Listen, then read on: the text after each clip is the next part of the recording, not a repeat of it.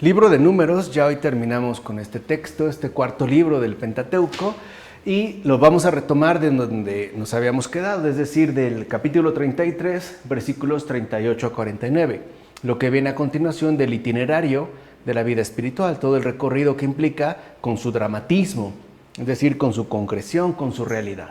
Subió el sacerdote Aarón al monte Hor, por orden del Señor, y murió allí.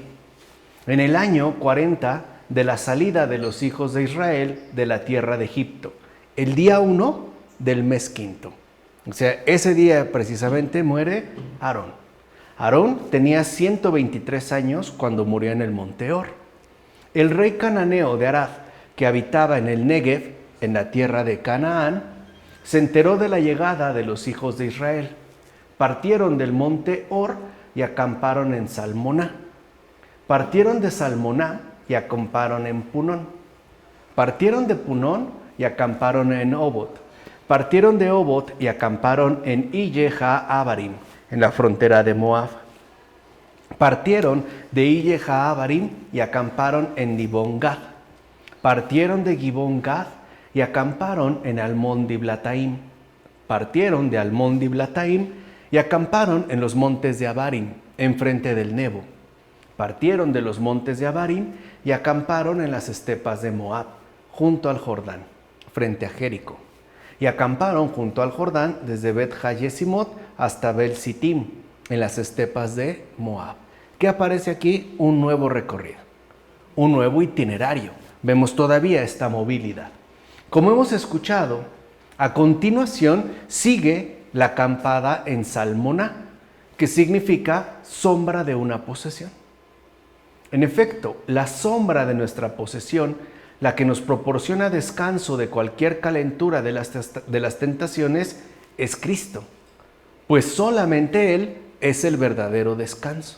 Por eso no es casual que se mencione el fallecimiento del sacerdote Aarón una vez que llegaron a Hor, ¿no? Es decir, al monte de Dios a esta altura. ¿Por qué puede finalmente descansar Aarón como sacerdote? Porque ya ha alcanzado, debido a todo el itinerario recorrido, la comprensión de Cristo. Es decir, la verdadera obra que Dios va a realizar en esta tierra. Él ha alcanzado entonces el misterio. Y una vez alcanzado este misterio, es que puede ciertamente, ¿no?, descansar. Él, pues, es, y el Espíritu Santo, como también lo va a mencionar Orígenes en estas homilías sobre Números. Luego acamparon en Punón, que pensamos significa sobriedad de la boca. En efecto, quien haya podido contemplar el misterio de Cristo y del Espíritu Santo y ver y escuchar lo que no es lícito ni pronunciar a los hombres, como afirma Pablo en la segunda a los Corintios, deberá poseer la sobriedad de la boca.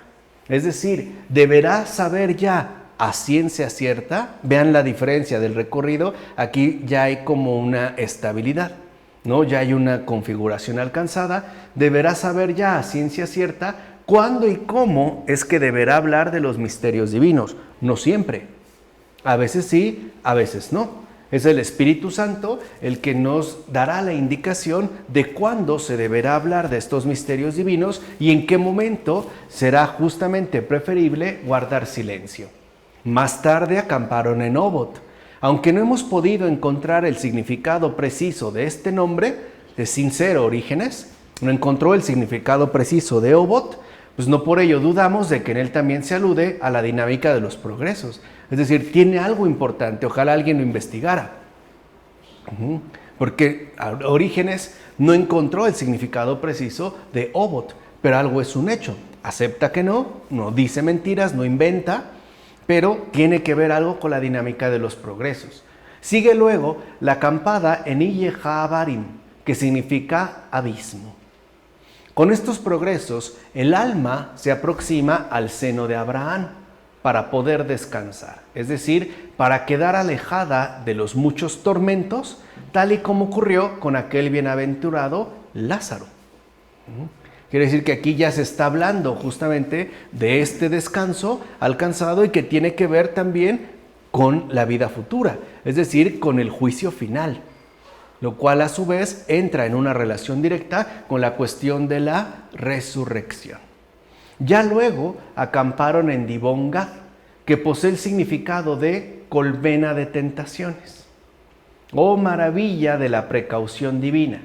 El viajero de este itinerario celeste se aproxima a la suprema perfección mediante el progreso en la virtud y todavía no le faltan tentaciones. O sea, sigue habiendo finalmente tentaciones. No obstante, me parece que, al menos en este caso, se trata de un nuevo género de tentaciones. Recuerden que también las tentaciones, por decirlo de alguna manera, se ajustan a nuestra situación de vida espiritualmente concreta.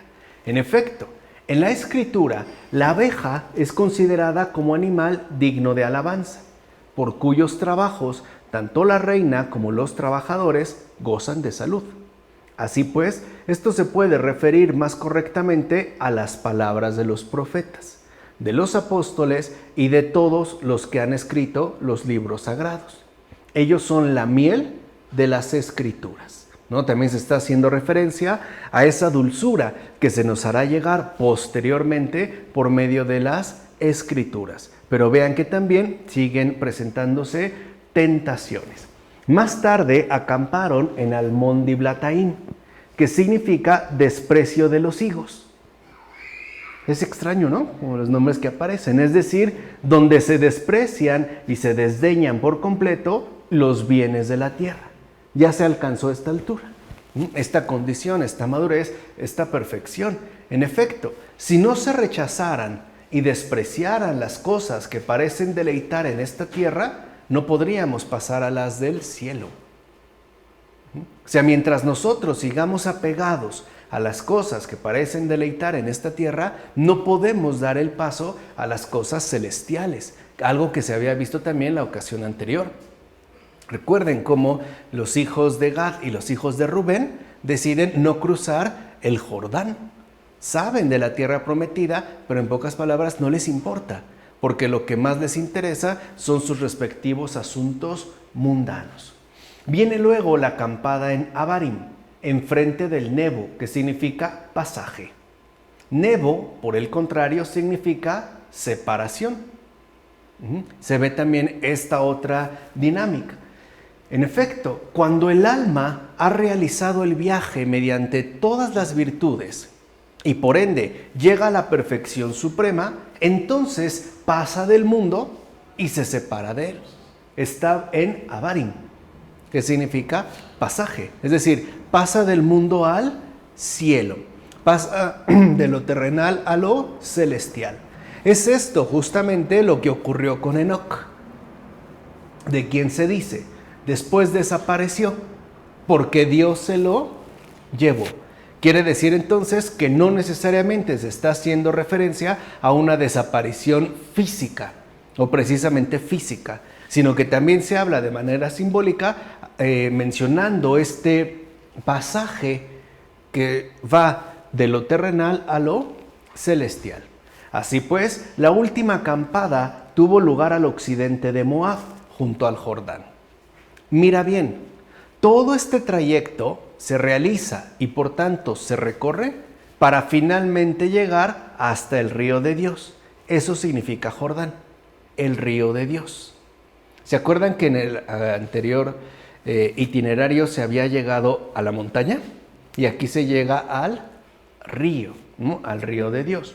En efecto, todo el recorrido consiste en llegar a las aguas de la sabiduría para ser regados por las olas de las ciencias divinas. O sea que también es parte de nuestro recorrido el acceder finalmente a la sabiduría. De tal manera somos pues purificados por entero y por tanto nos volvemos merecedores de entrar en la tierra prometida, que es lo que se está buscando. Acuérdense, ¿hacia dónde se dirige finalmente el pueblo? A la tierra prometida. Pues para poder acceder a esta tierra prometida, primero tienen que quedar purificados por entero y después también quedar empapados de la sabiduría divina. O sea, su propio modo de vida ya no puede tener ni poseer absolutamente nada de mundano. En resumen, la última parte del recorrido consiste en lo siguiente. 1. Contamos con la protección del mismo Cristo y del Espíritu Santo. 2.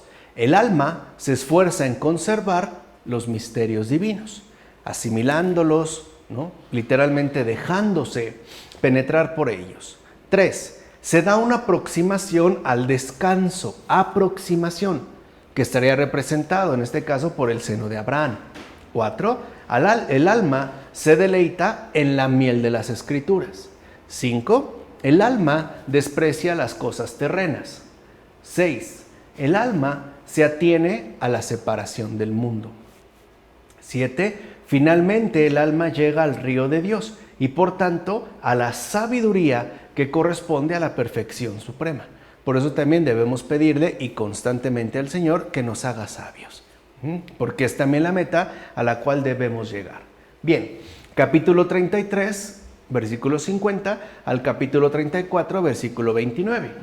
El Señor habló a Moisés diciendo: estos son los nombres de los que os harán el reparto de la tierra. El sacerdote Eleazar, Josué, hijo de Nun, y un príncipe por cada una de las tribus tomarán parte en el reparto de la tierra. Ya se está hablando de cómo se va a dar este reparto. En este caso, se deja en claro la anteposición del sacerdote al jefe. O sea, ¿qué es lo que más importa a pesar de la organización sociopolítica, ¿no?, de la comunidad? Lo celestial, los criterios celestiales. Por eso se le da una preponderancia mayor al sacerdote, ya que el sacerdote está más cerca de Dios. O sea, los criterios que deben regir no deben de ser criterios meramente humanos, tienen que estar basados también en criterios venidos de Dios. O sea, lo que hace rato mencionamos, tienen que ser criterios basados en la sabiduría. Esa es la cercanía con Dios, sabiduría. Entonces el pueblo tiene que aprender a manejarse según los criterios propios de la sabiduría divina y no dejarse llevar por los criterios propios de la mera condición humana. Dicho brevemente, también esto es importante, las cuestiones de la tierra no deben quedar separadas de las cosas del cielo. No pueden quedar distanciadas, tienen que estar conjugadas. ¿En base a qué? A la sabiduría. Por eso se menciona en primer lugar al sacerdote, como afirma Procopio de Gaza en comentarios a Números. Capítulo 35, versículos 1 a 34. Las ciudades que daréis provendrán de la heredad de los hijos de Israel. El que tiene muchas, dará muchas, y el que tiene pocas, dará pocas. Cada uno dará ciudades a los levitas conforme a la heredad que recibió. El Señor habló a Moisés diciendo: habla a los hijos de Israel y diles: cuando hayáis pasado el Jordán hacia la tierra de Canaán, estableceréis ciudades de refugio para vosotros. Se refugiará allí el homicida que mate a una persona sin querer. La comunidad librará al homicida de las manos del vengador de la sangre.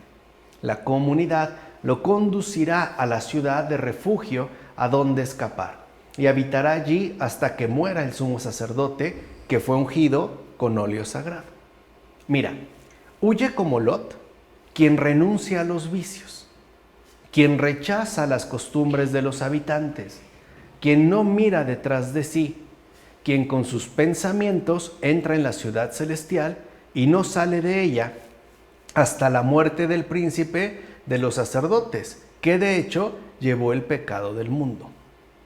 Recuerden esa figura tan importante de Lot cuando comentamos el Génesis, ¿no? Hoy hacen falta muchos Lots, donde necesitamos ser más como Lot.